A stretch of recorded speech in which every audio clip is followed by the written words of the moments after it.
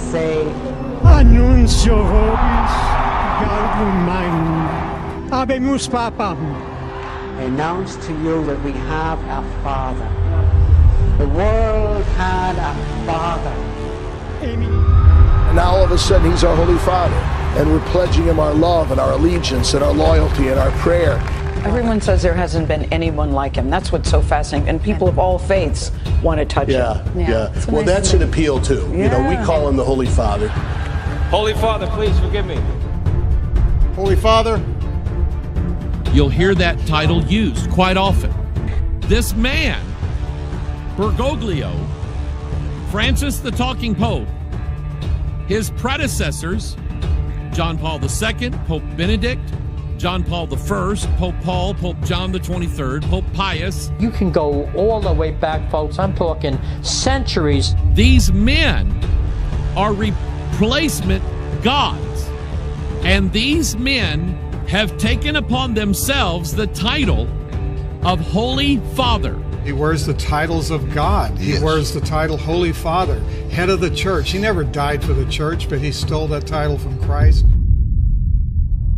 Jesus said, "And call no man your father upon the earth, for one is your Father which is in heaven."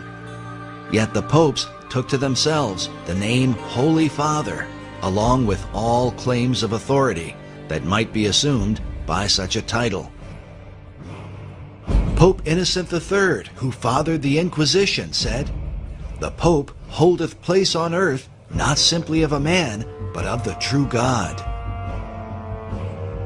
Meanwhile, Pope Nicholas said of himself, "I am in all and above all, so that God himself and I, the Vicar of God, hath both one consistory, and I am able to do almost all that God can do. I then, being above all, seem by this reason to be above all gods." Nicholas even claimed that the popes had the power to change the gospel itself, saying, "Wherefore, no marvel, if it be in my power to dispense with all things, yea, with the precepts of Christ." But in the Bible, Jesus says, "Behold, I have set before thee an open door, and no man can shut it, and no man openeth." The Apostle Paul warned that, "If any man or an angel from heaven preach any other gospel unto you, let him be accursed." Yet despite these biblical warnings, the popes repeatedly claimed they were equal to and above God, and were even called by Catholics our Lord God, the Pope. The Lateran Council, while addressing Pope Julius II, said to him, "Take care that we lose not that salvation, that life and breath which thou hast given us, for thou art shepherd, thou art physician, thou art governor, thou art husbandman, thou finally art another God on earth." In the 19th century, Cardinal Giuseppe Sarto, who would later become Pope Pius X, declared, "The Pope is not simply the representative of Jesus Christ. On the contrary, he is Jesus Christ himself, under the veil of the flesh. Does the Pope speak? It is Jesus Christ who is speaking. Hence, when anyone speaks of the Pope, it is not necessary to examine, but to obey." Jesus said of himself, "I am the way, the truth, and the life. No man cometh unto the Father but by me." Yet Pope Pius IX blasphemously declared, "I alone am the successor of the apostles, the vicar of Jesus Christ. I am the way, the truth, and the life." The popes have not only made claims to be God, but have insisted that salvation itself depends directly upon obedience to them. Pope Boniface VIII said, "We declare, say, define, and pronounce that it is absolutely necessary for the salvation of every human creature to be subject to the Roman Pontiff."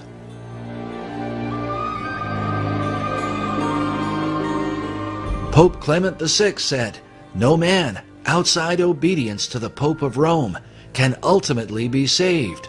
All who have raised themselves against the faith of the Roman Church and died in final impenitence have been damned and gone down to hell.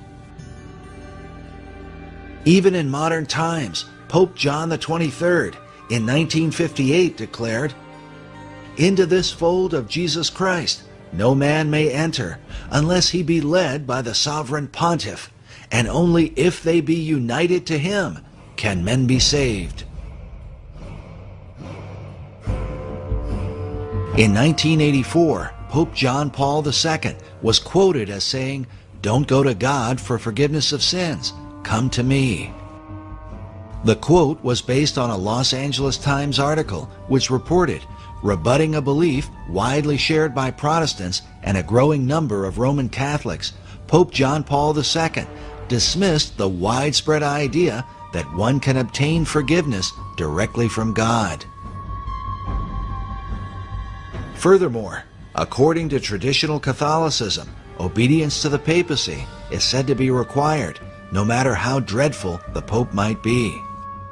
Catherine of Siena, one of the patron saints of Italy, whose mummified head is still preserved in Rome today, said, "Even if the Pope were Satan incarnate, we ought not to raise up our heads against him, but calmly lie down to rest in his bosom. He who rebels against our Father is condemned to death. For that which we do to him, we do to Christ.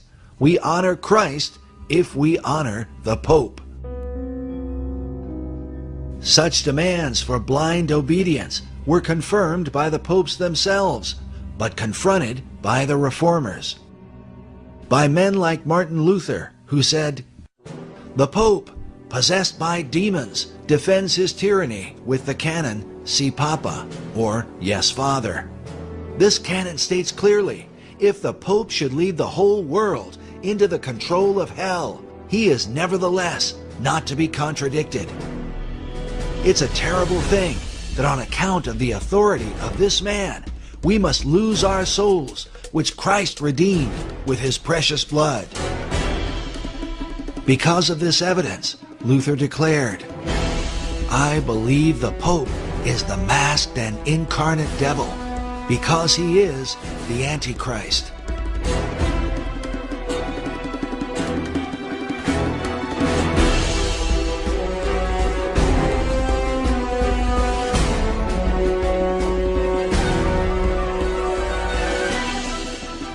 It is important to understand that this belief was not just confined to Luther, but was held by all the reformers from John Wycliffe in the 14th century to Charles Spurgeon in the late 19th century.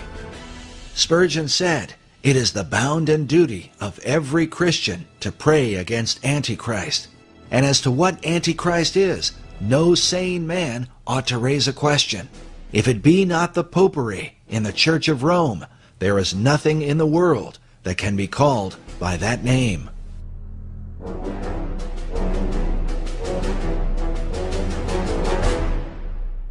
The Westminster Confession of Faith, along with the Savoy Confession, the Old Baptist Confession, and the Methodist views of John Wesley, all included the declaration that the Pope is that Antichrist, that man of sin and son of perdition, that exalteth himself in the church. This was also the belief of the men who translated the King James Bible. In their opening dedication, they commended the king for writing in defense of the truth, which hath given such a blow unto that man of sin as will not be healed.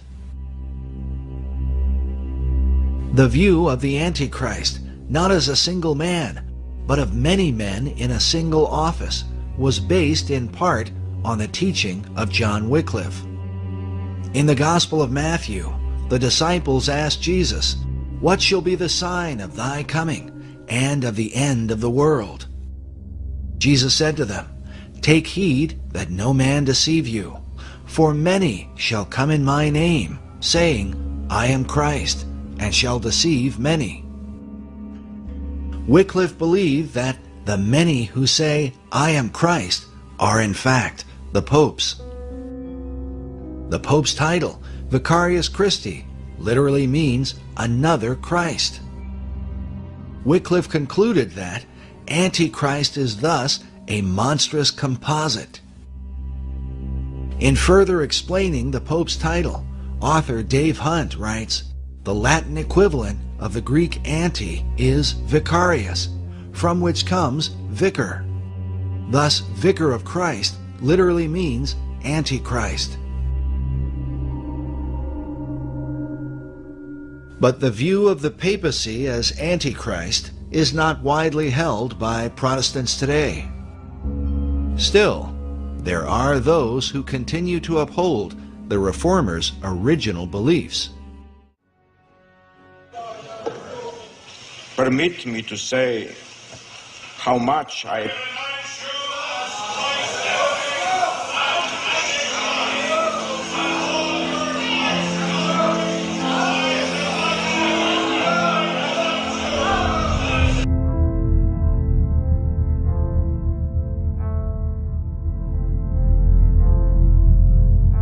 this official Vatican portrait of the current Pope. It is called The Truth, the Way, and the Life, Portrait of His Holiness, Pope Benedict XVI. But can this really mean that in the modern world there are some who still believe the Pope to be equal to Christ and God? Mr. President, final question. Yes, sir. You said famously, when you looked into Vladimir Putin's eyes, you saw his soul. Yeah. When you look into Benedict XVI's eyes, what do you see? God. Good way to end the interview. Thank you, sir. Thank you, sir. My pleasure.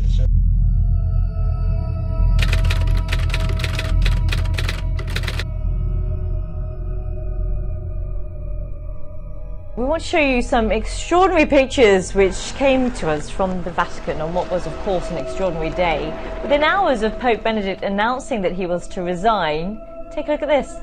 Lightning struck St. Peter's Basilica. You can see it again now in slow motion.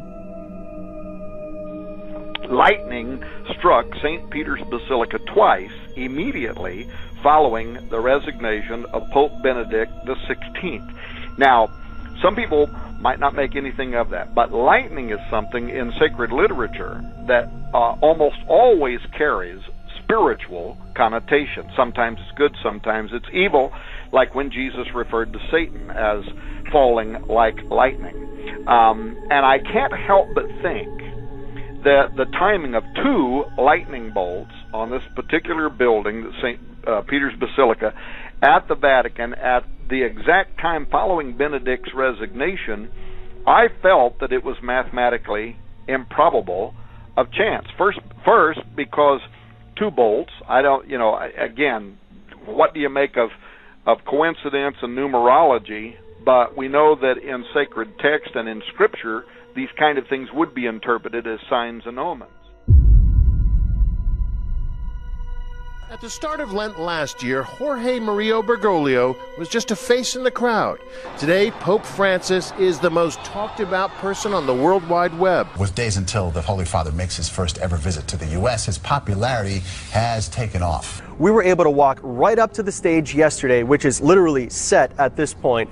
You saw that there are thousands of seats already lined up as well. As you can imagine, hundreds of thousands of people turned out to see and hear Pope Francis today. It was a mammoth effort. Philadelphia transformed into an outdoor cathedral. It's like being at the Super Bowl.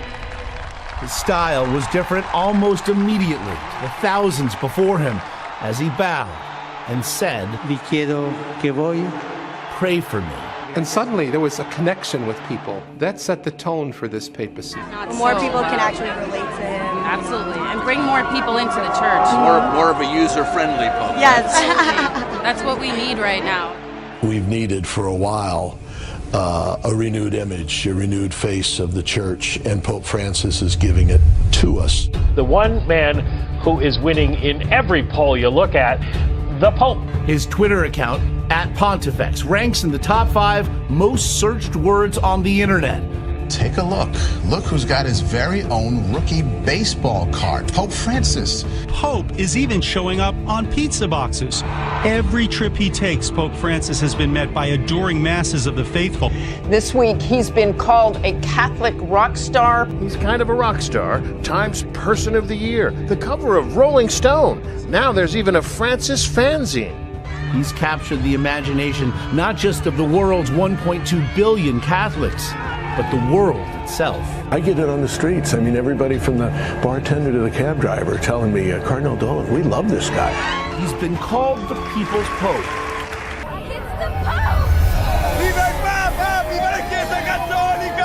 The papacy is saying, I'm a follower of so-and-so. You see people going out and giving the rock star treatment and fawning and fainting and screaming and everything when a pope goes by. I mean, he's just a man.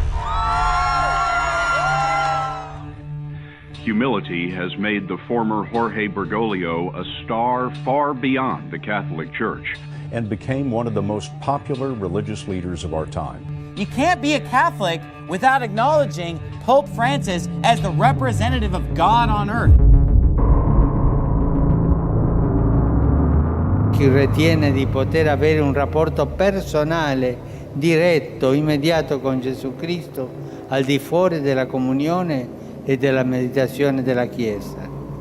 Sono tentazioni pericolose, sono tentazioni dannose, sono, come diceva il grande Paolo VI, dicotomie assurde. Pope Francis has worked tirelessly toward a new world religion in which all denominations are brought together as one. If you look at Francis's outreach over the past 3 years, and specifically in 2016, you'll find somebody who has openly condemned evangelical Christianity and the belief that you must have a personal relationship with Jesus. He has openly warned that this belief is dangerous. He has also equated the spread of the gospel under evangelical Christianity to jihadism. In the meantime, he has done quite a bit of outreach to every other religion in the entire world. Why is this happening? The extent of Francis's outreach to other denominations in 2016 alone has been mind-boggling. In February, Francis held an emergency meeting with Patriarch Kirill of Russia for the first time since the 1054 Schism. Kirill then went directly to Antarctica, where he performed a bizarre religious ceremony consecrating the land and water surrounding the continent. Francis has also done outreach to Patriarch Bartholomew of Turkey, in which both leaders voiced support for the migrant crisis and called for more migrants to enter Europe. In May, Francis met with Al-Azhar of Egypt, who is the head of Sunni Islam. In January, Francis became the third pontiff ever to visit Rome's major synagogue. He has also hosted Jewish religious and political leaders at the Vatican. In June, Francis outreached to the Armenians. In July, Pope Francis visited Poland and told all of the young people in the audience to, quote, believe in a new humanity. ¿Cuál, María? Una maestra de vida espiritual. O então, una santinha a quem se recorre para obter favores abaixo. The Pope sat before the image of the Virgin and recited the prayer that is most notably known in Fatima, the Rosary.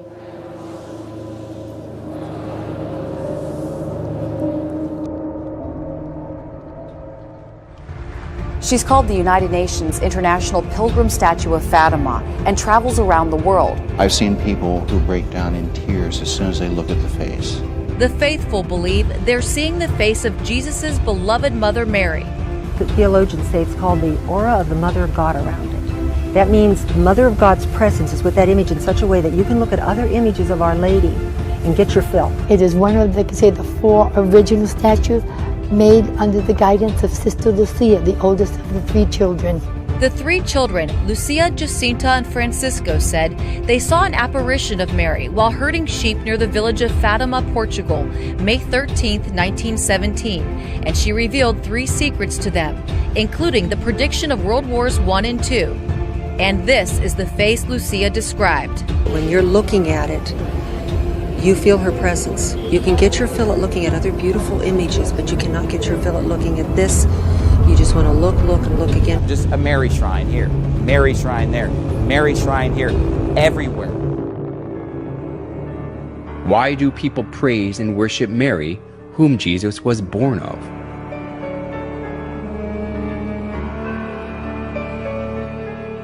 A famous Catholic bishop and writer, Alphonsus Liguori, explained in his writings that it is far effective to pray to Mary than to Christ. In the Franciscan Chronicles, it is related that Brother Leo once saw a red ladder, on the summit of which was Jesus Christ, and a white one on top of which was his most holy mother. And he saw some who tried to ascend the red ladder, and they mounted a few steps and fell.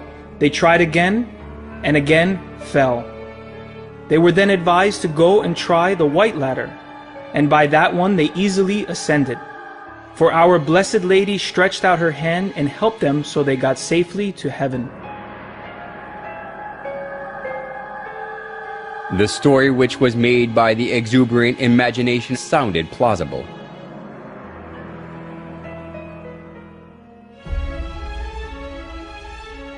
Although it was a man-made story, Pope Gregory XVI canonized Liguori as a saint, and Pope Pius IX declared him a doctor of the Catholic Church. Now Catholics are taught that it is better to pray to Mary, who is merciful and understands us. We must never go to our Lord Jesus except through Mary, using her intercession and good standing with Him. We must never be without her when praying to Jesus. The plausible logic that Jesus cannot refuse Mary's request because she is his mother is shown well even through the image of Mary and baby Jesus.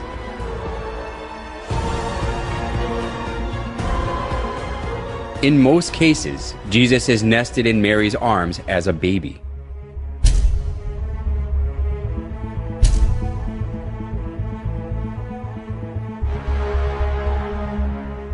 This downgrades Jesus to a little baby who is always dependent on Mary and lets people think that he can do nothing without Mary.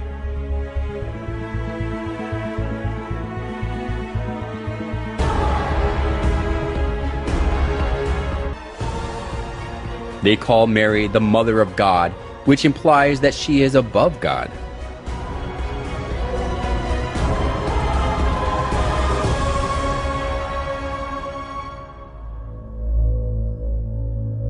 Mary as a female is merely a creation who was chosen to conceive Jesus. Mary worship of the Catholic Church reminds us of the mother-child worship of ancient Babylon. Just as Semiramis artfully spread the mother-child worship throughout Babylon when she ruled it over instead of her son Tammuz, the Catholic Church now makes people worship Mary, not God, by accepting the mother-child worship from Babylon.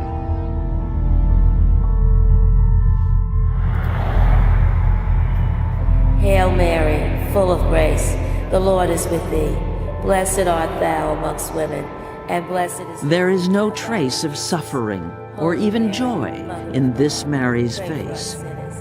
But it is not the alabaster emptiness of her gaze these people see as they pray. It is the Mary whose pain at the loss of her son, Jesus Christ, resembles their own. Mary's role for us as Christians is humanizing. It's somebody that we can relate to. 20% of all Roman Catholic places of worship in the United States, nearly 4,000, are named for Mary. Shortly after the Council of Ephesus, which was in 431, when they declared her to be the Theotokos, the God-bearer, Mother of God. And then everything changes. And she starts to appear enthroned with a child on her lap, with angels and saints around her. That is when she becomes important. By the Middle Ages and Renaissance, paintings of Mary could be read for symbols of her holiness. Her outer mantle is blue, and underneath she usually, not always, has red robes. She wears a dark blue coat, and she stands on the half moon. She is the mother of all gods. So, the ancient religion of Babylon, they all have one thing in common: the sacred feminine. The sacred feminine. The sacred feminine. Ishtar the Babylonians, Tyre the Buddhism, Fatima of Muhammad, Sophia the Gnostics, Shekinah to the Kabbalist Jew, Mary to the Catholic, and Shakti to the Hindu. These all have one thing in common: the sacred feminine. And the sacred feminine is going to take you back to the source of light, because the light that resides in that place that Plato talked about, you need a path to get back to that light. Listen, this is important. She is the one to take you to that light. Now, I'm going to give you a guess. Tell me this morning, who do you think that light is? You remember what this subject's all about? Lucifer. He's the light bearer. There's a wind blowing through this church today. And that wind comes from Lucifer. Yes, it is. That has brought him into the house, and he's now in power.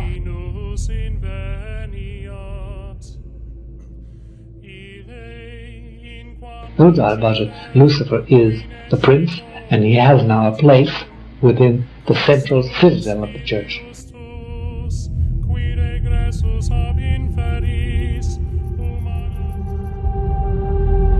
A lot of priests like to perform themselves the satanic masses around Rome, and they perform them in the area where usually the Pope goes on holiday, near Castel Gandolfo, in the area where you have also Lake Nemi, in those forests around there. They perform these black masses, and there is a Catholic priest who act as a satanic priest, because the moment in which they act as satanic priest is the moment in which they can really liberate themselves of other perversions. They can do drugs, they can go with women, with men, with everything, and they can do all kinds of things. So the sex cults are very powerful. Like, for example, CNN is showing that at the terminal station there is a lot of prostitution from minors, from young kids. Well, there was a scandal here in Italy at a certain point in 2013, I think it was June 2013, it went on the news for 2 days, then it was erased. They go into this My Bar and in these places around the Termini station to pick up these young kids. And then they used to have these ambulances, these fake ambulances parked in front of Termini station, and they used to pick up these young Romanian kids, 14-year-old kids, and bring them directly into the Vatican. As an exorcist, when you do exorcisms, minor and major, the demons constantly taunt you with the condition of the church. They say, well, we're in St. Peter's. We can talk to whom we like. We have representatives sitting beside your Pope every day. What are you talking about? We are legit. I'm quoting demons now. This is what is said to you. How dare you? And our prince has been enthroned, installed. And you're still against us? What are you trying to persecute us for? And so we have to understand that there is a Luciferian faction, a very strong Luciferian faction within the Holy See, not exclusive to the Holy See. This is a dark brotherhood that exists. These are the mystery adepts that have existed. They're following a lineage that goes back hundreds of years. Actually, that goes back to the Tower of Babel. Once upon a time, a long time ago, there lived a man named Nimrod. Nimrod was the great-grandson of Noah. He was the most popular man on the earth at the time. Matter of fact, he was the king of the then known world. He was responsible for building the cities of Babel and the Tower of Babel and the city of Nineveh, amongst others. Well, all that being aside, Nimrod no doubt had tremendous influence among the people that he was with. And what happened was he had this uncanny reputation of strength. He created great armies, and he was the ruler of the then known world right after the flood.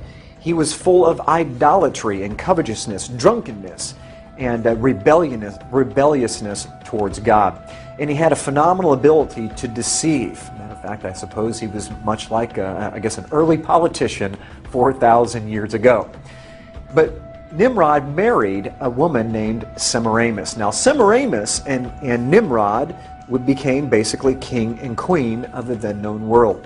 Well, at some point, Nimrod dies, and he became deified. He was the very first person that was ever deified on planet Earth, and they made him the sun god, which ended up being Baal. The word Baal in your scriptures can be traced back to Nimrod. So it's an interesting reality of history. When you see Baal and Ashtaroth, you're ended up coming all the way back to this story of Nimrod and Semiramis. And so Baal is now ruling the universe as the sun god, and somehow luck has it through the Babylonian legend that Semiramis gets pregnant by the rays of the sun of her deceased husband Nimrod. And she gives birth to a young baby boy named Tammuz.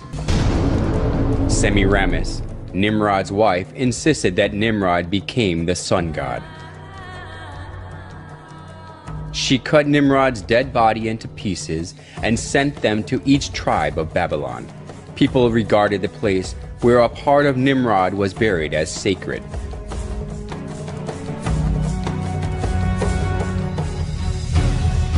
She also claimed that Nimrod was reincarnated as her son.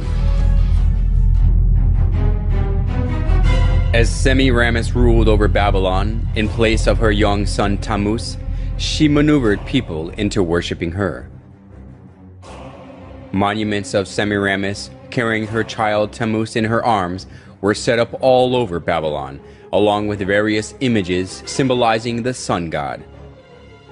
The sun worship and the mother-child worship, which was a scheme devised by Semiramis, put down roots as a religion of Babylon.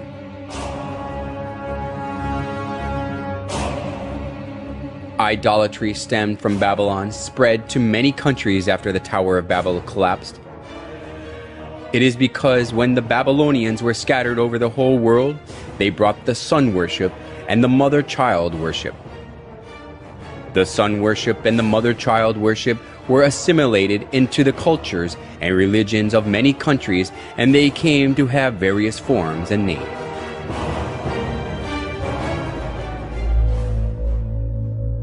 Nimrod, the sun god, was known as Mithra in Persia, Sol in Rome, Ra or Horus in Egypt, and Apollo in Greece. Semiramis and Tammuz, who were the start of the mother-child worship, was called Isis and Horus, Venus and Dionysus, Diana and Attis, and Astaroth and Tammuz, respectively. Besides these, the image of goddess, who is holding a baby in her arms, was venerated in many countries of the world. If so, was the mother-child worship the creature of an age, which was especially welcomed only in Babylon? Surprisingly, the mother-child worship of Babylon has been passed down through the thousands of years and still exists today. In Vatican of Rome, we can find the mother-child worship in its original state. Now, further down in the story, as Tammuz grows and becomes a man, Tammuz actually marries his mother, and they have a very sexual relationship. And that baby Tammuz and his mother Semiramis is where you get the story of Cupid. Cupid, during Valentine's Day, is how the story of Valentine's Day developed, was from Tammuz, who married a very unbiblical relationship with his mother. Okay, back to the story of Tammuz. So Tammuz, for 40 years, was a tremendous hunter, and he took the place of his father, ruling the world, and had tremendous power. But more than anything, he was a credible hunter. But unfortunately, his gift and his skill of hunting caught up with him one day because he was killed during his 40th year by a wild boar.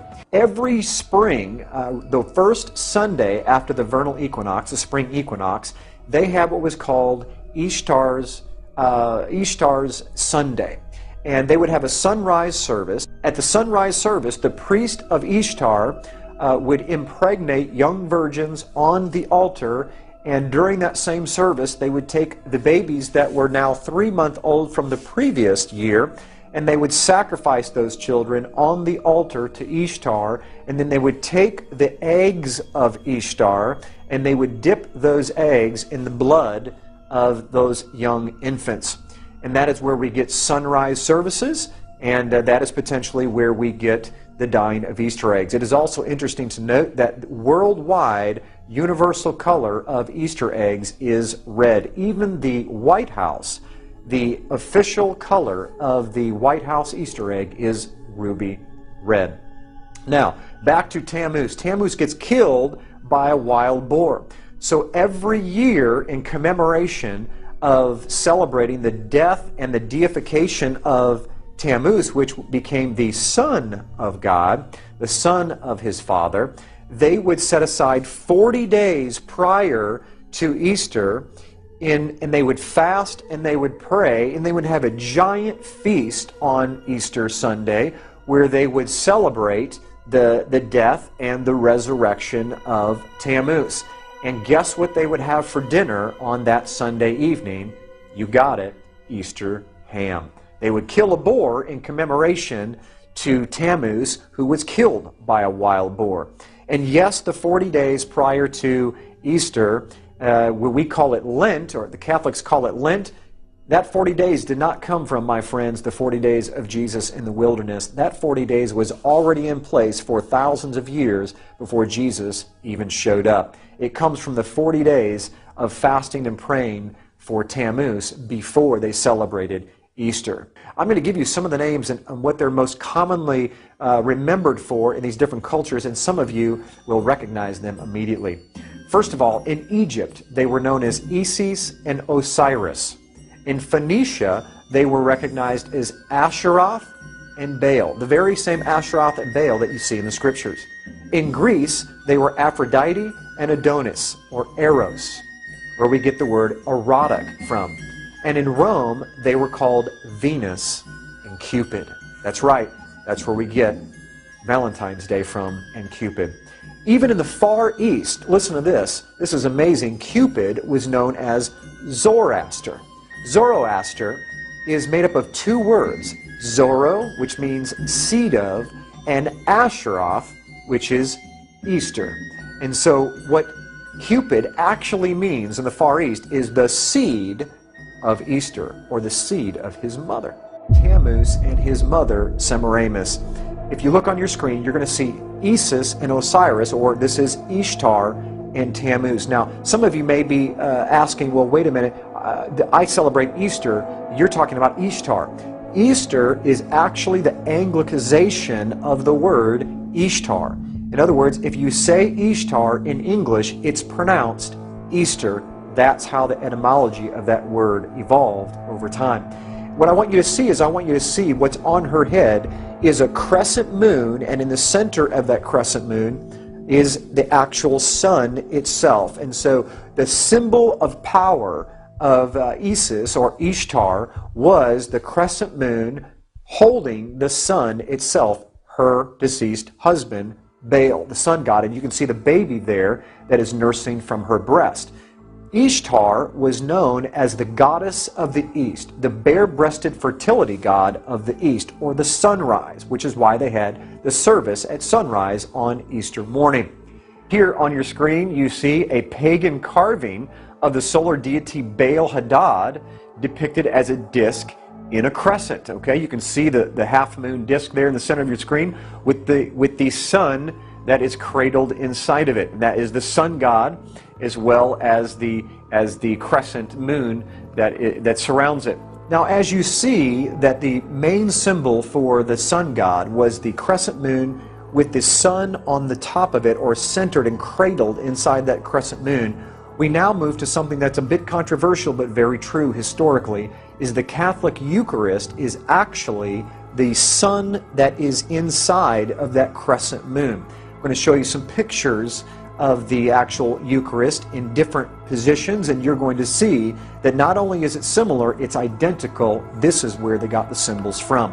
You can see here, this is a particular object that holds the Eucharist, and I found this online, and this is what the quote said. I left off the particular church for obvious reasons, but this was their advertisement for a particular Friday. It says, Eucharistic adoration is held on the first Friday of every month for the purpose of honoring and praying to the Blessed Sacrament. Now, I don't know about you, but my Bible says to pray to the Father, our Father.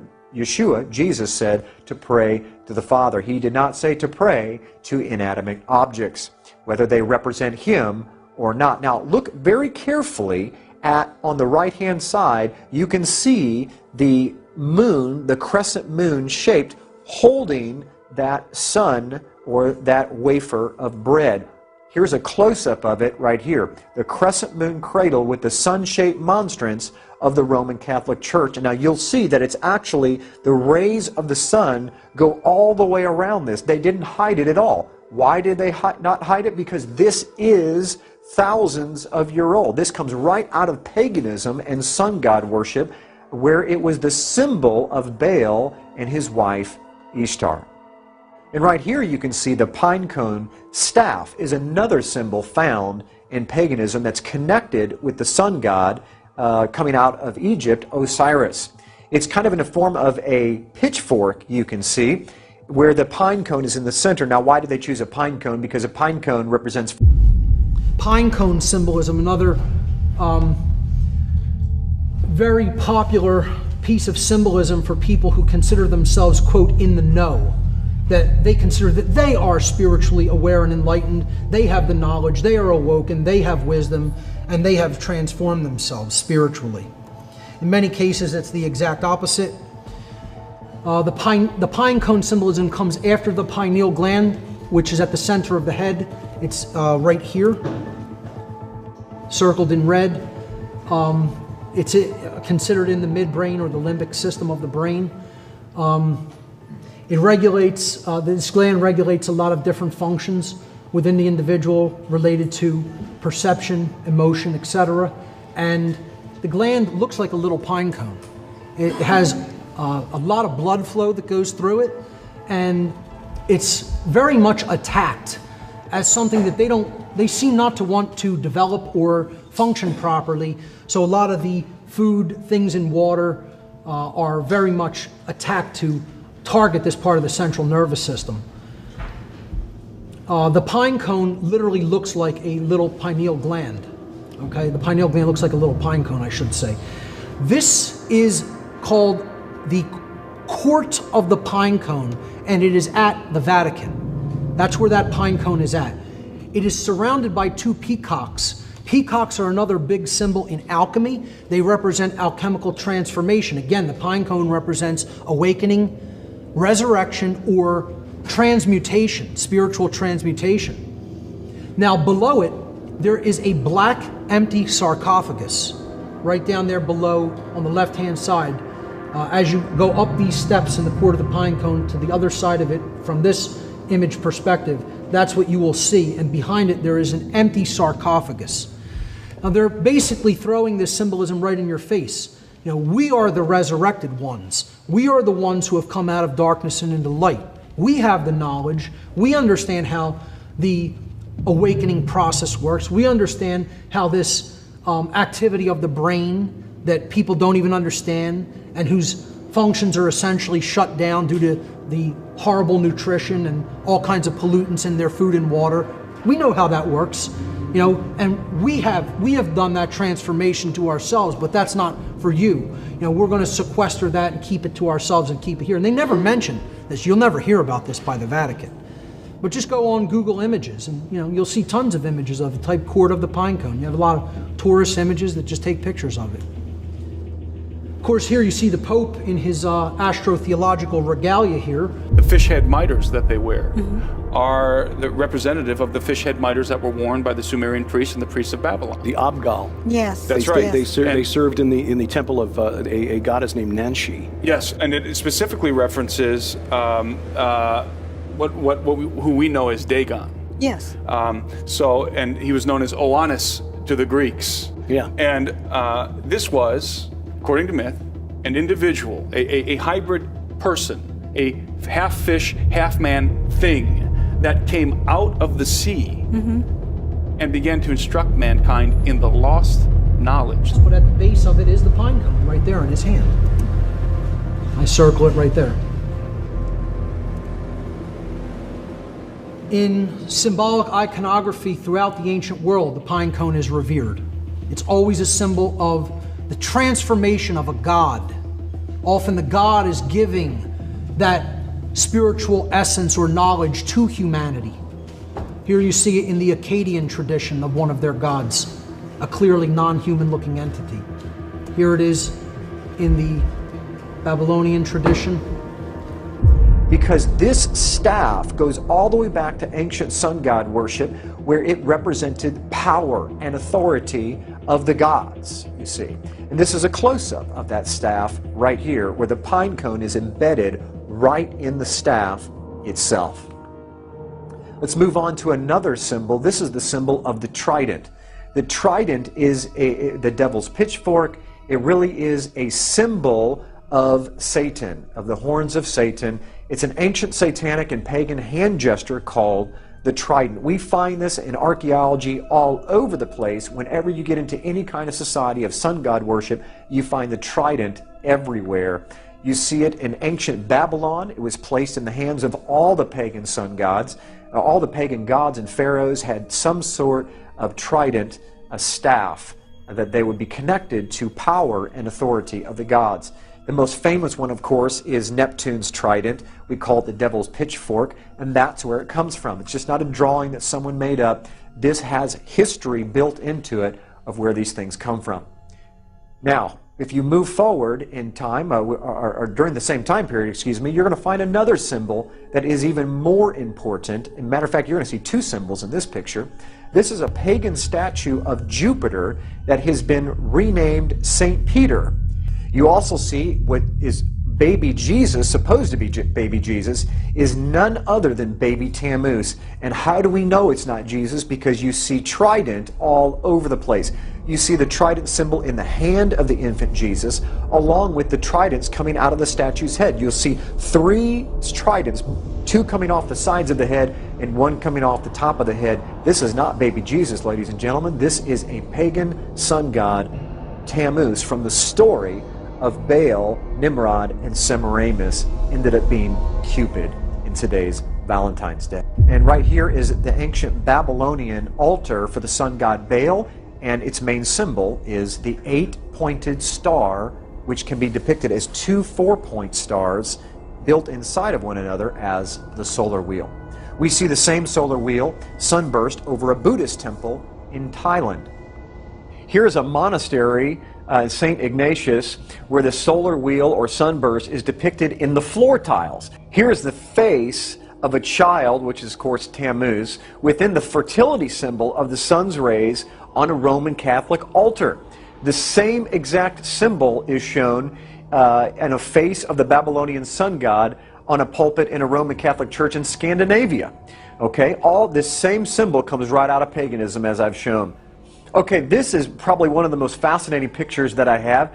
I zoomed in to the Vatican using Google Earth and stopped several miles above, and look what we discovered is this is the largest solar wheel on Earth. This is the court of St. Peter at the Vatican in Rome itself. The sun disk behind the head of this Roman Catholic statue in Westminster Cathedral in London. Where did they get the idea of sun disks behind these saints? It's because this was what was found behind the head of Jupiter and all these sun gods was the actual monstrance of the Roman Catholic Church. That halo is not a halo, that is a sun disk, and they borrowed it from paganism. We see here behind Krishna another sun disk behind his head, and this is just to show that it doesn't just happen in Catholicism, that the sun disk predates Catholicism by hundreds, even thousands of years. It was borrowed. We see it in stained glass windows behind all of the Roman Catholic saints, even Mary. And if you look carefully, you see the Sacred Heart. That Sacred Heart, even though I don't have time to go into this, even the Sacred Heart comes right out of paganism. That exact same symbol with the sun disk behind the Sacred Heart has to do with Baal and Tammuz, the sun gods. And you can see it all over the Roman Catholic Church and even in other pagan religions across the world. And where do we find this 8-pointed star, this solar wheel, this sun disk today? None other than on top of our Christmas trees. Now, I know all of us have been taught that the star on top of the Christmas tree represents the Star of Bethlehem, that the kings came in to find baby Jesus. But unfortunately, the star of the ancient pagan sun gods predates the star of the Christmas tree, the Star of Bethlehem, by over 1,000 years. They were taking the sunburst and connecting it to what you're going to learn in just a few minutes is the tree of Nimrod, and that is where we get our Christmas tree from and the star that we put on top. If you look carefully, you can see there is a tremendous significance and a similarity between the sunburst and the stars that we put up there today. Here's the sun disk proudly displayed on top of Christmas trees in a mall. Matter of fact, this one doesn't even hide the fact that it's not a star. It's the sun that you're looking at. Even the 8-pointed star on top of the White House Christmas tree for everyone to see is the same 8-point star that we find in archaeology thousands of years ago connected to pagan sun god worship. When do you think the birthday of Nimrod and Tammuz was? On the first day of the year when the sun is reborn. And what day do you think that the sun is reborn? In the middle of winter, at this winter solstice, December 25th. That's right. That's where we get December 25th on Christmas Day, where we say that Jesus was born. Why did we choose Jesus being born on December 25th? Where did that date come from? Very simple. Jesus was the Son of God. Tammuz was the son of the gods. He was the son of his father, Baal. And so the pagans, which early Christianity came right out of paganism in Rome, they were already worshiping the sun god on Sunday in Rome, which is where we get worshiping on Sunday from. All judges, city people, and craftsmen shall rest on the venerable day of the sun. Constantine's edict in 321 played an important role in making the sun god worship faith to put its roots down in the church. Many Bible believers today have followed tradition handed down by previous generations.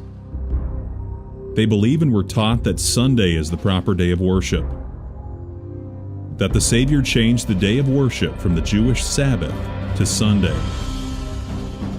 The adoption of Sunday as the Christian Sabbath has little to do with the Bible and everything to do with Constantine the Great over 300 years after the Messiah's death.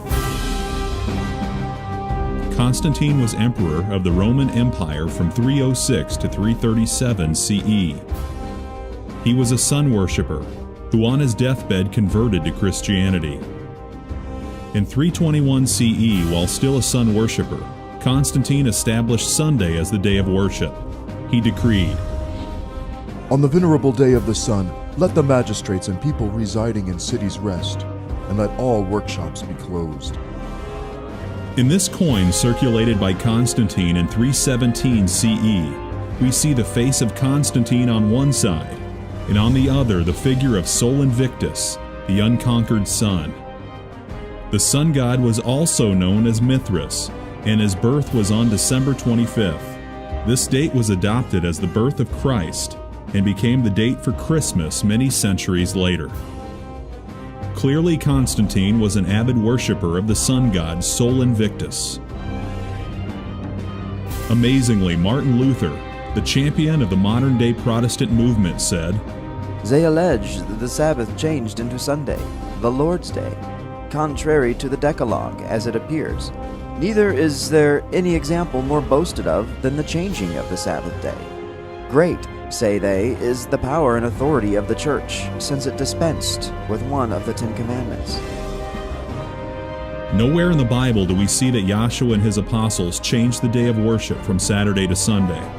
In fact, the Messiah in his Sermon on the Mount has this end-time prophecy. Pray that your flight be not in the winter, neither on the Sabbath day.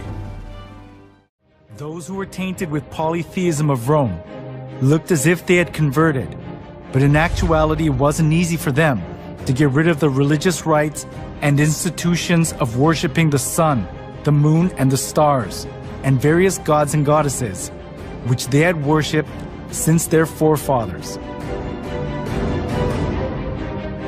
The church in Rome sought for solutions to disburden the pagans when they converted to Christianity. It was to bring in things similar to the gods that the pagans had believed into the church. They thought they would increase the number of pagan converts by doing that.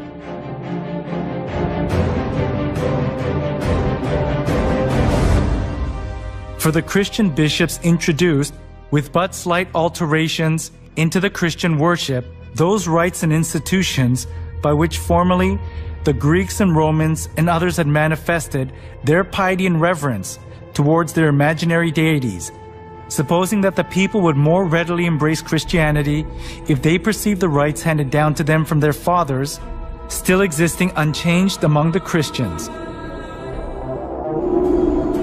To attract more pagans, the church in Rome tried to Christianize various kinds of pagan gods to suit the Bible. One of the most representative things among them was accepting pagan customs of the sun god worship tradition. The church in Rome identified Jesus with the sun god.